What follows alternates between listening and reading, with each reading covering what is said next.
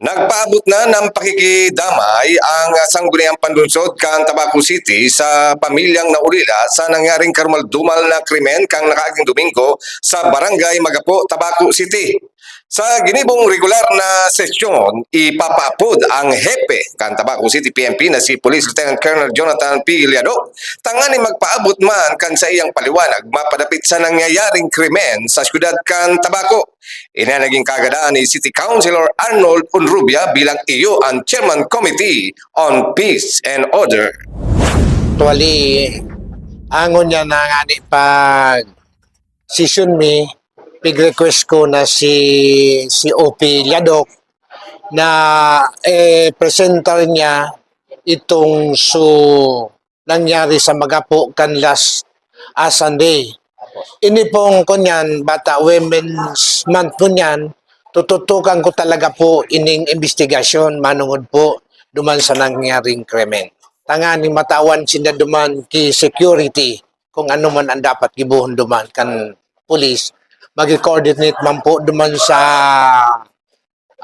mga tanod as in barangay official. Tangani magibon secure itong barangay Magapo. Inot syempre makamundo itong nabalitaan tang pangyayari dyan sa Barangay Magapo kung saan may nagada na akiunon pong marhay. 36 years old na babae na aramta na maray pa ang dakol pa siyang magigibo. Ang future niya bright pa. Pero naputol ini dahil sa saro sa ng tao na puminutol kang sa iyang buhay.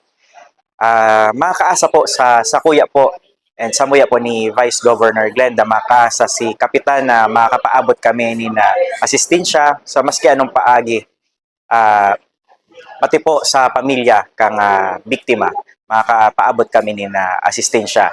And gusto mi man po makiramay duman po sa pamilya kang nagadanan, and sana mas maging makusog ka mo sa arog kaining oras kang sa indong sitwasyon niya na sa indong pamilya. And siguro po ang ma-advise ko man sa pag-abot digdi, I need katulos na maka-file ki case sa nagibo ka ini.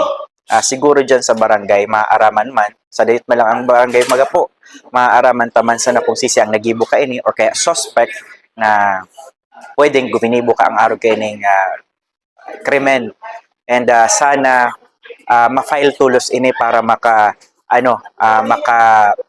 issue nin warrant of arrest tulos digdis ang korte para po ma-apprehend na po itong kriminal or suspect sa krimen na ginibong krimen. So I hope and I pray na ma-solve tulos ining marhay sana within this month na March, sa Women's Month pa nangyari ang araw gaining krimen, matapos tulos as in ma-solve tulos ining crime na ini. So iyan po ang sa kuya po nga pwedeng ma-advise and masabi.